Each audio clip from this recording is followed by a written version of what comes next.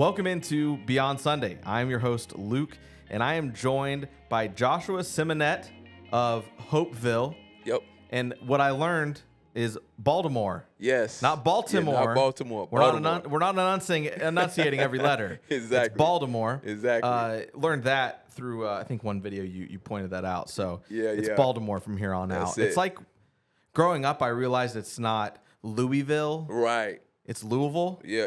Vol. Exactly. Yeah. So exactly. you gotta, you know, we try to do our best here on Beyond Sunday. For sure. But anyway, Joshua, I appreciate you hopping on. Just finished your capture for the message for Sunday at our Lady Lake campus. They'll see that there. Yep. And then you'll be with us in Ocala. So as you guys hear this, you heard from Joshua yesterday. This is out on Monday. I'm sure you guys have enjoyed his message by now, and now we get to learn a little bit more about you. We've had Isaac Frere. Has been on. I was hanging out with Isaac yesterday. We were fishing. Yeah, because he's in Tampa. Yeah, he's in Tampa. Yep. So were you over there? Yeah, I was hanging out in Tampa. Okay, Yep. Sweet. Yeah, so I had Isaac on. Riley Halliday. Yep, no Riley. Manna Church is on Monday. Hey, all the heavy hitters, man. Except me. No, it's you especially. And so yeah, we're gonna record with Riley as y'all are listening to this a week from today. I will post the episode with Riley. Great. So Yeah, we've got Joshua today, Riley next week. So man, tell us a little bit about, you know, we established where you're at. Yep. But Hopeville. Yep. Your church. Yep. The reason behind that name. Yeah. And what all went into that? Yeah, that's a really, really great question. You know, Hopeville, actually, my wife and I, when we travel, we like to go to the art districts of cities. You know, we kind of love the creativity. We kind of want to see, you know, what's happening. So we were actually in Kansas City, just, you know, hanging out. And great barbecue, by the way. Yo, great barbecue. And man, we kind of came across these guys who had started a brand there that really kind of blew up once the Royals won the World Series. And I just, you know, was throwing around like some different names. And I came up with like Hopeville. And I'm like, man, that would be a great name for us to use for something. At the time, I was thinking like, hey, maybe we can like brand a clothing line or something like that. But then once, you know, we wanted to use it for the church plan, I really saw it as a prophetic declaration over Baltimore, you know, a place that has struggled, and there's been a lot of, you know, issues and challenges with the city. But what would it look like for a group of Jesus followers to launch this church plant and to, you know, bring hope to the city, you know, with the love of Jesus. And then it also become a prophetic declaration over our city that this is a place full of hope. And obviously the word, you know, ville is about, you know, community or city. And so that's kind of how we view it, as a prophetic declaration. That's what we exist to do and be for Baltimore. Yeah, and one of another church planner that we host a lot here at the Springs is Chris McGregor. Okay, yeah, City Church in Montreal. That's my guy. He talks a lot about just the fact that 99% of Montreal they don't know Jesus. Right. What is it like in Baltimore as far as that goes, that representation? And you talked about they have gone through some stuff. Right. What's behind your heart in doing that? Yeah, you know, that's a really, really great question. You know, I think one of the things that was really significant for me was, you know, being a part of helping to restore the credibility of the church in the city, because Baltimore is a city full of churches, but there's a high level of skepticism, you know, of the church. It's like, hey, man, you know, we see it's a bunch of, you know, you guys out here. There's a bunch of churches. I mean, like literally, you know, on every block there's like, you know, multiple churches. But it's like, man, you guys are here, but what do you do? Like, how do you impact the city? Like, how are you making things better? And so part of the approach that we have to serving and how we show up is, hey, we're a part of a movement to help restore the credibility of the church in the city. And that's how we want to show up. And, you know, just in terms of the makeup of the city, I mean, you know, we kind of have a mix. We're not all the way in the Northeast that's like, you know, very, very post-Christian. We're not in, you know, the South.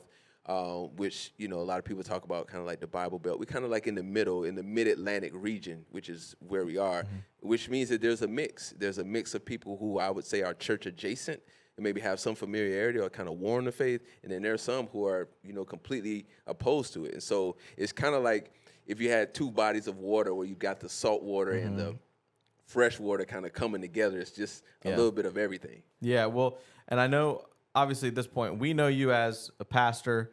Your church knows you as a pastor. Right. But we want to dive a little deeper into who Joshua is as a person. Yeah. And it doesn't take much more than a Google to see that you had a stint in the NFL. I did. Played college ball. Yep. What was that journey like for you? And was God always in the picture when you were in college in the NFL, or did that happen after? Yeah, great question.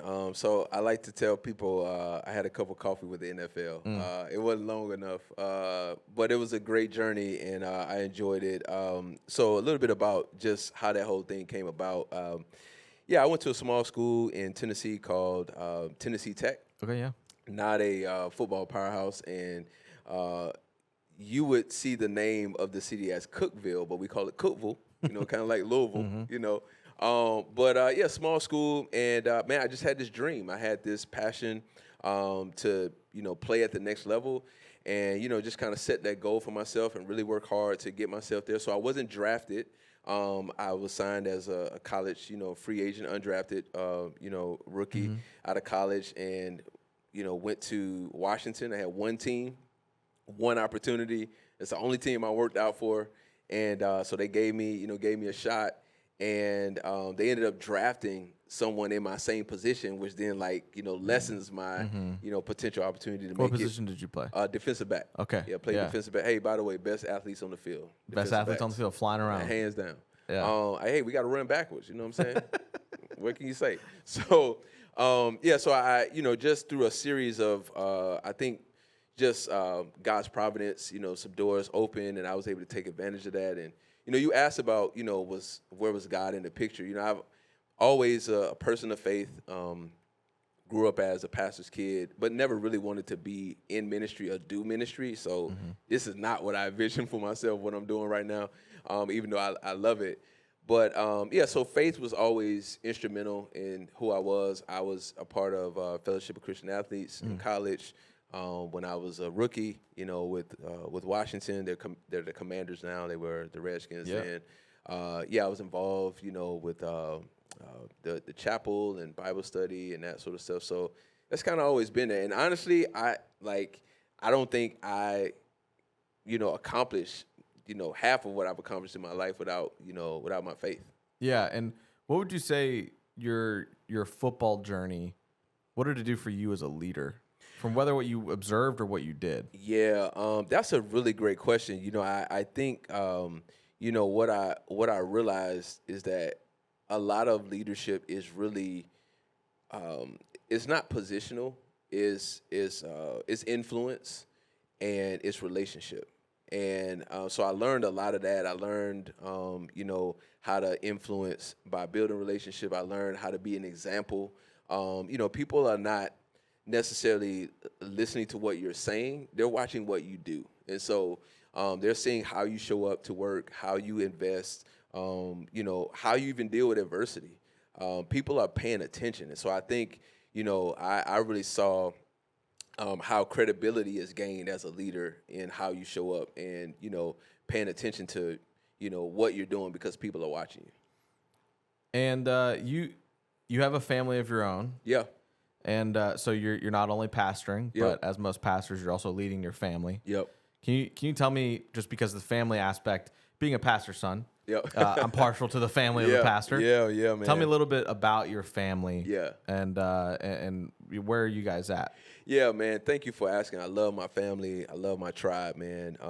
So my wife, Erica, and I have been married 22 years, and we've got 4 kids, and you know, it's not how you draw it up in terms of how they're spaced out. So we got 2 older girls, 21 and 18, so a senior in college, you know, recent high school grad. Then we got our babies who are 7 and 9. Wow. My son, Isaiah, who's 9, and my daughter, Journey, who's 7. So they're going into 2nd and 5th grade. And so that's our tribe. And, I can't talk about my family right now without talking about my parents, because growing up as a pastor's kid, I think the best thing that my parents did was really make, life as normal as possible. So I don't have horror stories about being in church all the time, or like my life being dominated by, church. Now, yeah, I did spend maybe more time there than the average kid, but I was playing baseball and basketball and and football and doing all the things, and so that was great. So we kind of do the same thing with our family now. We prioritize rest and fun and hanging out, and wanting our kids to have a normal life, and wanting their faith to be their own. And not, trying to force them down a particular road. And again, you asked me about leadership. Me modeling for my family, modeling for my kids, what it means to follow Jesus, what it means to be compassionate and humble and all those sorts of things, which is what my parents did for me. Yeah, and mentioning just talking about family and caring for your kids, and 4 of them all kind of in different stages of life at this point. Man.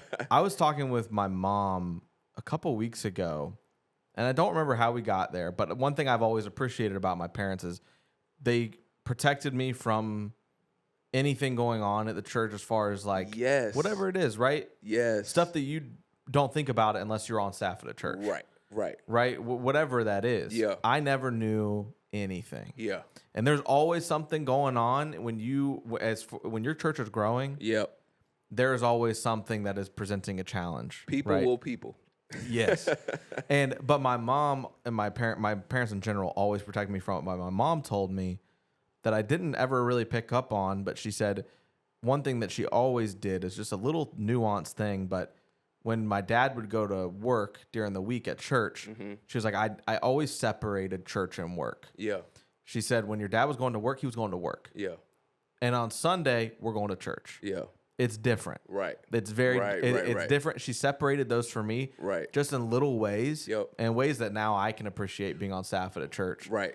And something that I've implemented with my own kids now. Yes. Is like, Daddy's going to work. Right. And on Sundays, we're all going to church. Exactly. Just separate that, because, work's hard. It is. You get home from work and, you can be talking to your spouse about the day at work. Right. And you just want to make it harder for your kids to connect the dots between the place I go on Sunday and the place you work during the week. Right. Exactly. While they are related, it's good to separate. Right. Absolutely. And again, I think my parents, maybe similar to your parents, just creating some of those boundaries. Yes. And allowing you to just kind of grow up as a normal kid. Yeah, absolutely. And for you guys are now, how old is Hopeville?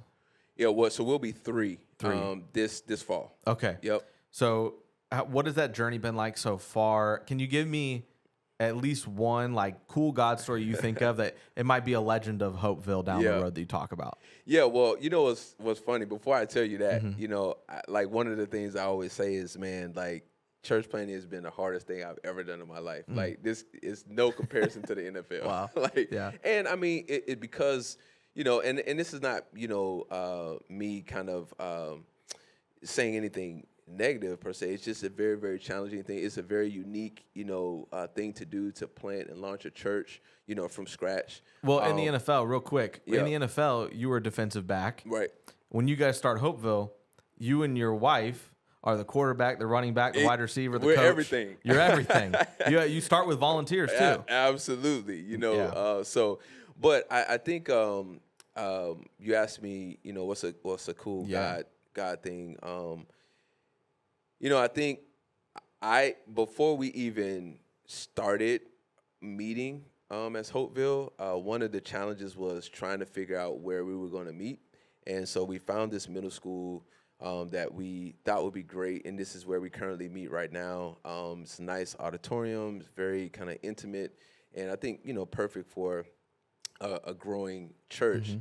Well, I went to go meet with the principal, and who was not open to having a meeting with me. But the only reason that she wanted or agreed to have a meeting with me is because I knew another principal in the city who I had been serving and I had been kind of supporting and just connecting with as I was building relationships in the city. Mm-hmm. And so this principal reaches out to this other principal and says, like, hey, like, I want you to meet with Pastor Joshua, yada, yada, looking for a place to meet. I think it'd be great if he met there.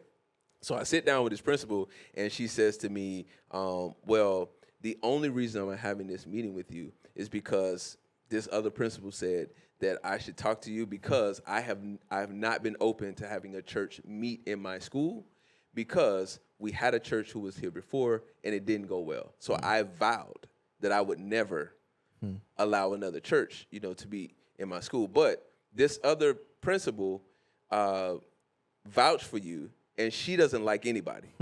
So that must mean something, And so I said, well, you know what? I really appreciate you creating space for us. And here's what I can promise you. We will show up in a way that will add value to you and add value to the school and this community. And we're not takers, we're givers. And hey, 3 years later, we're still there. Yeah. They love having us there. It's been a great relationship. We've served the school. We've renovated classrooms and space and, done all sorts of things. But it's just a cool, story that I like to tell about how, investing and serving, it just goes a long way. And just literally showing up and doing what you say you're going to do was all we did. And it opened the door for us to meet where we're meeting right now. What's one thing you've learned or experienced planning a church that maybe you didn't expect to be as good as it is? As good as it is. That's a good question. Actually, I think I've been surprised by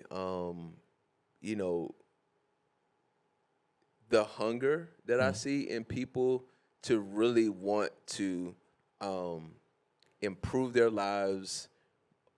Like, we know people want to improve their lives in terms of like, hey, I want to get this job, I want to get, this status, I want to get this degree. But I think I've been really encouraged by people wanting to improve their lives and live their best life by applying the scriptures and applying principles of faith. Like, I see a real hunger and desire for that I think at a greater level than I thought I would. And so a lot of people that are watching or listening are people at the Springs who are probably pretty involved. Yeah. Whether it's serving or financially. Yep. They know it's no secret around here. We love planning churches. We love helping those churches come to fruition and helping them. And we love that you love that. Exactly. Can you just talk a little bit about what that looks like as far as how it helps you guys? Yeah. Whether that's through prayer or finances or whatever, practically, what does it look like for a church to help you guys? That's a great question. The reason why churches like Church at the Springs and others who are intimately, I use the word intimately, I want to highlight that, who are intimately involved in church planning. The reason why it's so helpful is because when you're starting something from scratch, one, you don't know what you don't know. Sometimes you don't know what you need. You have some idea, and then you have no idea the kind of encouragement or maybe the amount of encouragement that you're going to need to like keep the thing going. And so I think those are just a few areas where it becomes so like vitally critical for our growth, for our development, and that comes in the form of many things. Yes, the financial investment is big, but then also when you have teams that show up and, volunteer, like, hey, we've got a project that we're working on, and so, a team of volunteers comes in and, like, helps us, with a project we couldn't pull off on our own. Or, there's training and coaching and, like, hey, we're a baby church trying to figure out how to grow kids ministry, but there are already like principles and resources and things that more mature churches have in place, or stuff you've learned, like, hey, don't do this, like, do this, So even the mistakes are super helpful to communicate to us around, like, hey, this is kind of maybe a better way to approach it. So I think all those things are so rich for us as we're growing, just like it would be if you had a little kid that you're trying to teach how to write, or you're trying to teach how to speak. And, so creating an environment of support that, allows for the person to, make mistakes and learn on their own, and, understand their context, because our context obviously is different in Baltimore than it is in in Ocala, and in this part of Florida. But just the resources and the support and the encouragement is critical. And I love the update that you give there, because I think it can be hard for people to really see the fruit when they're helping with church plants, because it's like that's why we want to bring you guys in every summer, right? Because it's like we want them to see the face, understand the story, what's been going on. That's why the updates are so important. But with that comes, like, people watching, listening, don't really know how to pray for you guys. Right? They can pray for the general things, which are great. But do you think you could give us some specific situations that you guys are dealing right now, or just things in general that you want us to be praying for? Yeah, that's a great question. And right before I answer that, I just want to just also say that the reason why the support from churches like Church at the Springs is hugely important is because, like, we also get credibility as well to the people who are showing up to Hopeville, and the people who are becoming a part of our faith community. We can say, like, hey, we've got these churches that have been through it, who are supporting us, who are backing us, who are helping us figure this out. So we're not out here by ourselves, just trying to figure it out on our own. We actually have support. So it's a huge credibility thing for us to be able to say that. And so that's a big thing. In terms of prayer, prayer is so huge, and I don't want to minimize this in any way. Like, specifically praying for our families, for those of us who lead churches.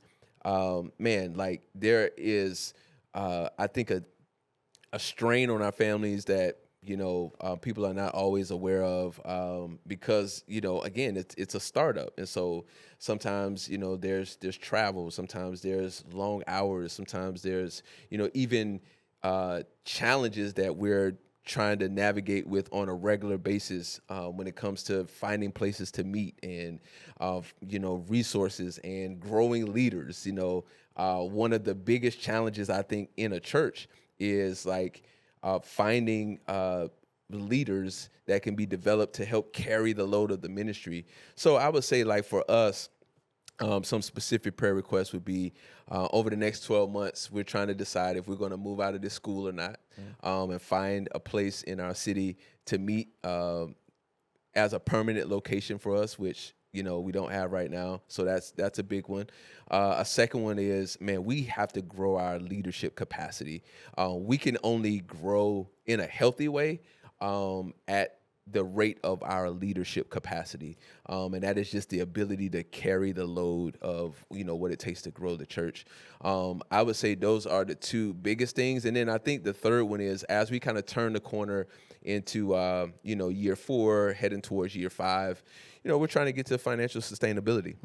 So that we can kind of, go to the next level and be around for a long time. So I would say those are probably the top 3 things for Hopeville. And that's a great thing to note for us as we continue to pray for all of the church plants, but you guys specifically. So we will make sure that we're praying for the location decision in the next 12 months, growing, all those sorts of things. Would you say that one of y'all's goals is to eventually, you talk about being financially sustainable, but down the line, 10 years from now, 15 years from now, that you guys are in a position to help other churches start and be part of church planning? Absolutely, man. One of my dreams is to actually have a church planning residency.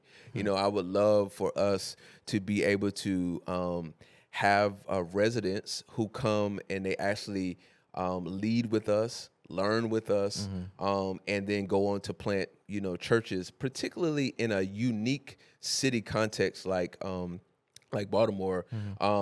Because when you lead in an urban context, it's very different. You've got different challenges than you would have in any other types of places. And so I just would love to see more churches planted in cities, and I would love for us to be able to pass along the things that we have learned to some residents or people called to plant churches like Hopeville. That's awesome, because church planting is a different passion. Like, yes. People might not be able to separate the two. Right. But knowing my dad, yeah. Like you can have your passion for teaching, for presenting the gospel to your congregation, but it is a whole other passion as well. Yeah. That I'm so passionate about raising up other leaders. Yes. That are then going to present the gospel to people I'm never going to meet. Absolutely. And I know for a fact that there's going to be a Sunday that is my dad's last Sunday preaching at this church. Yeah. But I'm not super confident that he's not going to be planting churches until the day that he's gone from the earth. Well, hey, here's the thing. A big part of the Church at the Springs legacy, a big part of your dad and your mom's legacy is people like me, and then the people that I will influence. And so, like, I would love for, people watching this podcast and people, hearing what I'm saying to really understand that this is a big part of the legacy of this church, is helping to plant other churches and helping to spread the gospel in places that you would never go. And so that's a huge thing. And because like you said, it's a legacy thing, right? And I know that there are so many people that my dad talk about that I know my dad has had as a mentor. Yeah. That went before him. Yes. And now are able that they pour into him, and now he's able to do the same for a bunch of church planners. And it's just a ripple effect. Right. It's almost like a family tree. Right. Well, I mean, and this is what we're not making this up. This is what Jesus told us to do. I mean, he said, make disciples, and so, what we are doing is we're creating an opportunity for us to make disciples, and to send people to, places that we would never go. Obviously, in the ancient world, I mean, like, travel around, a small footprint was not really a thing, And so the whole idea of the gospel going way beyond, a world that people could think or imagine, it was a foreign concept. But like we're living that out now in a much greater way. And again, this is what we are called to do. And so, we're making disciples in places that,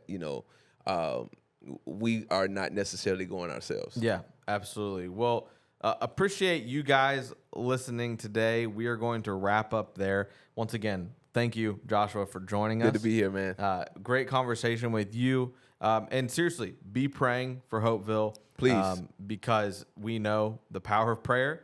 And we absolutely want these guys to succeed. We want people to come to Christ because of them, because of their boldness to plant in cities that need it. So, again, thank you guys for listening or watching. Don't forget to like, subscribe, give us a review as well. Only 5 stars, please. And we'll catch you guys next time. Peace. See ya.